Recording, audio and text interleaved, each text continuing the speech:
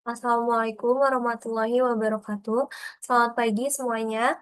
Perkenalkan, kami dari kelompok 9 mata kuliah korespondensi Bahasa Indonesia yang dibimbing oleh dosen pengampu Ibu Ervina Maulida. Pada kesempatan kali ini, kami akan mempresentasikan materi yaitu notula. Boleh di next? Sebelum masuk ke materinya, izinkan kelompok kami memperkenalkan diri. Saya Fidelia Dani Vandra dengan 1709624 dan rekan saya. Saya Monika Nirwana Fitriani dengan NIM 17096240069.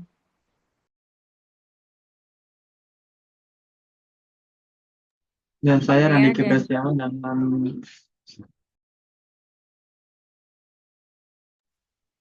saya Dania Syifa Jurah Taruna dengan NIM 1709624002. dan saya Randiki Prasetyawan dengan NIM 17096240016.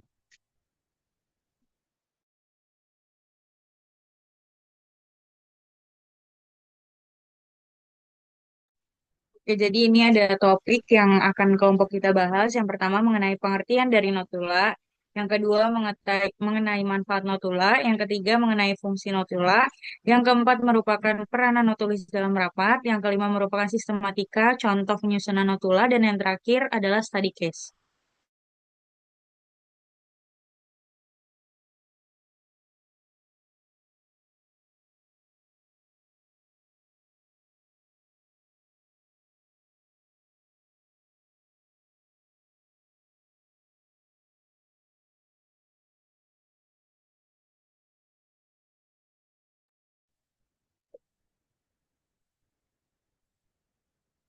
Oke, materi pertama yaitu tentang pengertian notula. Di sini tertulis kalau misalkan notula itu adalah catatan tertulis resmi yang disusun secara sistematis oleh notulis tentang jalannya suatu rapat, seminar, diskusi atau sidang yang berisi ringkasan pembahasan, keputusan, dan tindak lanjut tanpa menulis kata demi kata pembicaraan. Artinya, notula ini bukan seperti transkrip lengkap, tapi lebih kepada intisari dari jalannya rapat tersebut. Apa aja sih yang bakal dibahas, disepakati, dan akan dilakukan ke depannya dalam rapat tersebut. Lalu dengan adanya notula ini, biasanya organisasi itu dapat mengetahui hasil rapatnya secara singkat, tapi tetap lengkap dan resmi. Boleh di next?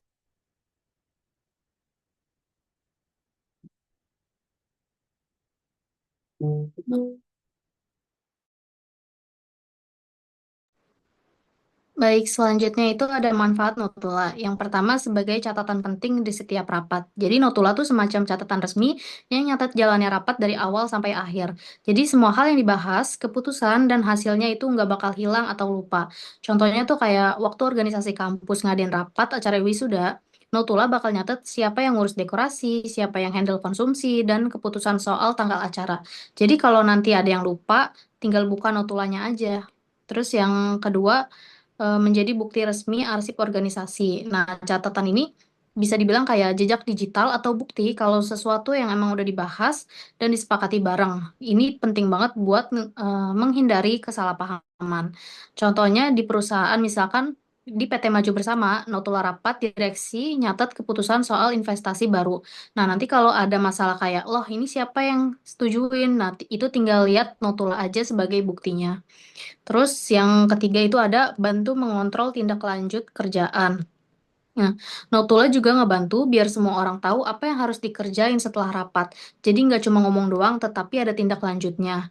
Contohnya misalkan di rapat OSIS, dicatat kalau misalkan si Dita ini harus ngedesain poster sebelum hari Jumat. Nah, minggu depannya ketua OSIS bisa cek dari Notula, posternya ini udah dikerjain si Dita atau belum. Terus yang keempat menjadi sarana komunikasi. Kadang nggak semua orang bisa hadir dalam rapat, nah tapi mereka tetap bisa tahu hasilnya lewat notula. Jadi infonya tetap nyampe ke semua pihak. Contohnya misalkan kalau karyawan cabang Bandung nggak bisa ikut rapat di pusat Jakarta. Nah, notula rapat ini dikirim lewat email mereka biar mereka tahu keputusan terbaru perusahaan. Terus yang terakhir ada meningkatkan transparansi dan tanggung jawab. Dengan notula, semua hal yang dibahas terbuka dan bisa diakses siapa saja yang berkepentingan. Ini bikin orang nggak bisa sembarangan ngubah informasi atau menutupin fakta.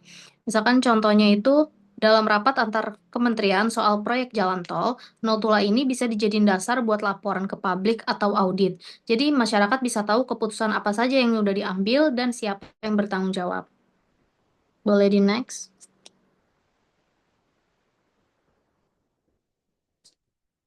Baik, selanjutnya kita akan masuk ke bagian fungsi notula.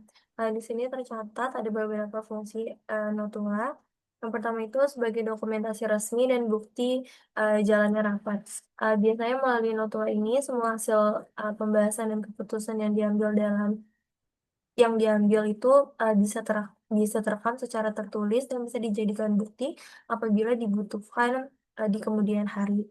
Makanya di situ tertulis sebagai dokumentasi resmi. Lalu yang kedua itu ada memberikan informasi bagi yang tidak hadir. Jadi meskipun seseorang tidak ikut rapat, ia tetap bisa mengikuti apa saja hasil dan keputusan yang telah disepakati. Lalu yang ketiga menjadi pedoman tindak lanjut keputusan rapat. Nah, dari notula inilah biasanya peserta itu bisa tahu apa yang harus dilakuin setelah rapatnya itu selesai. Lalu yang keempat, sebagai pengingat pembahasan dan kesepakatan. Dengan adanya notula, biasanya peserta itu dapat mengingat kembali topik-topik penting tanpa harus membuka rekaman atau catatan yang panjang.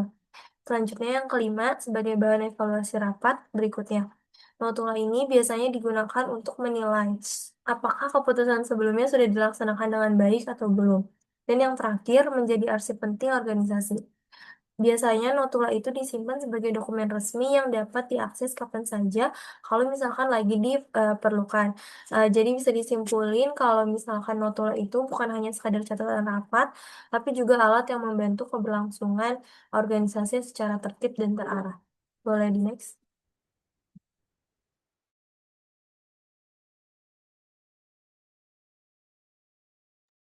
Oke, selanjutnya adalah materi mengenai peran notulis dalam rapat. Jadi, notulis itu merupakan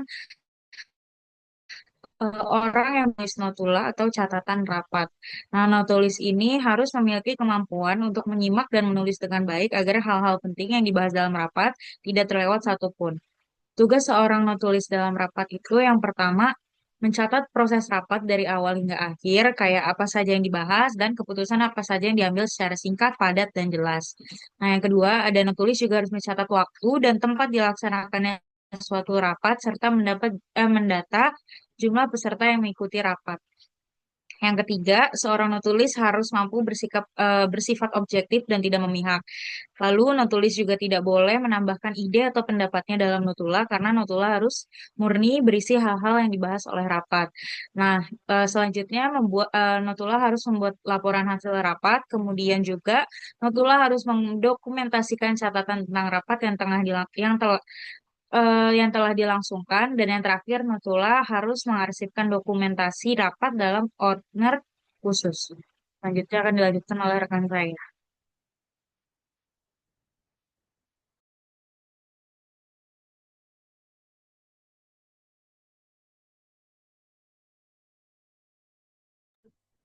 Di sini ada sistematika dan contoh penyusunan notula. Nah, sistematika notula itu umumnya disusun secara sistematis agar mudah dipahami, ringkas, dan menyeluruh. Nah, secara garis besar, sistematika notula terbagi menjadi 3 bagian utama. Nah, yaitu ada pertama itu kepala notula. Nah, kepala notula ini bagian ini berada di paling atas dan memuat informasi penting seperti uh, nama atau tema rapat atau kegiatan, terus kedua ada hari dan tanggal pelaksanaan, terus ketiga ada waktu pelaksanaan atau jam mulai sampai selesai, yang keempat ada tempat atau lokasi pelaksanaan, yang kelima ada pemimpin rapat atau pimpinan, dan yang keenam ada notulis itu pencatat, dan yang terakhir ada daftar peserta yang hadir atau terkadang bisa digabung di penutup atau di lampiran. Nah, untuk kedua itu ada isi notula. Nah, bagian ini memuat inti dari jalannya rapat, dicatat secara ringkas dan padat. Nah, biasanya itu susunan ini ada pertama ada susunan acara, yaitu agenda rapat.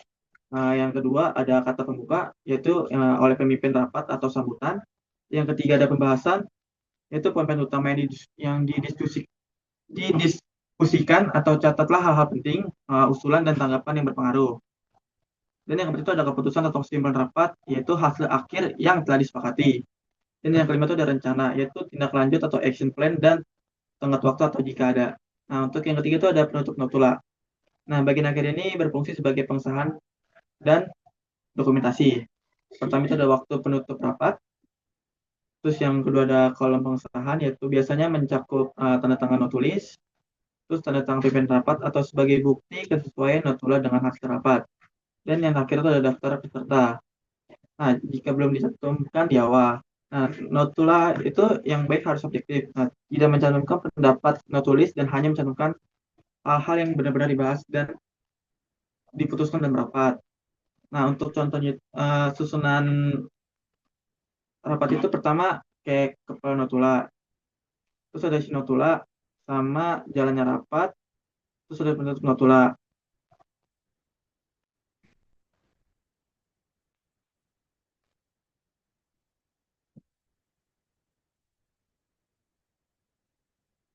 Nah, untuk contoh penyusunan notula itu yang pertama kan kayak tadi kepala notula.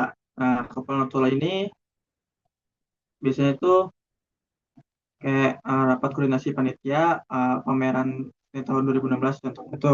Terus biasanya tuh untuk hari dan tanggalnya itu seperti kayak tanggal Senin, hari Senin di tanggal 3 November 2025 dan untuk waktunya itu biasanya tuh di jam 3 sore sampai jam setengah 5 sore.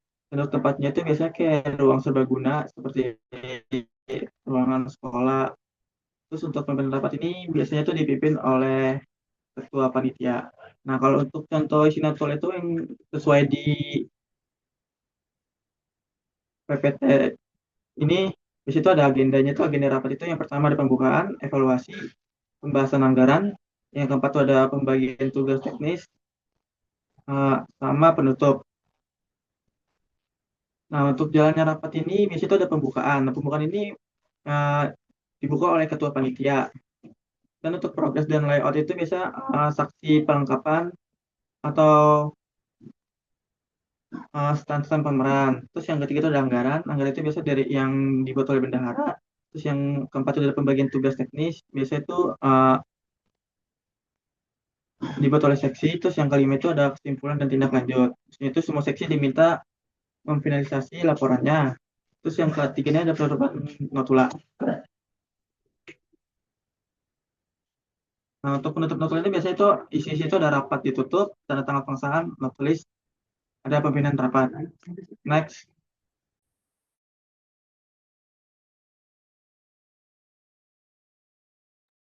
Nah, jadi selanjutnya ada contoh study case dari PT Cita Rasa Sejahtera.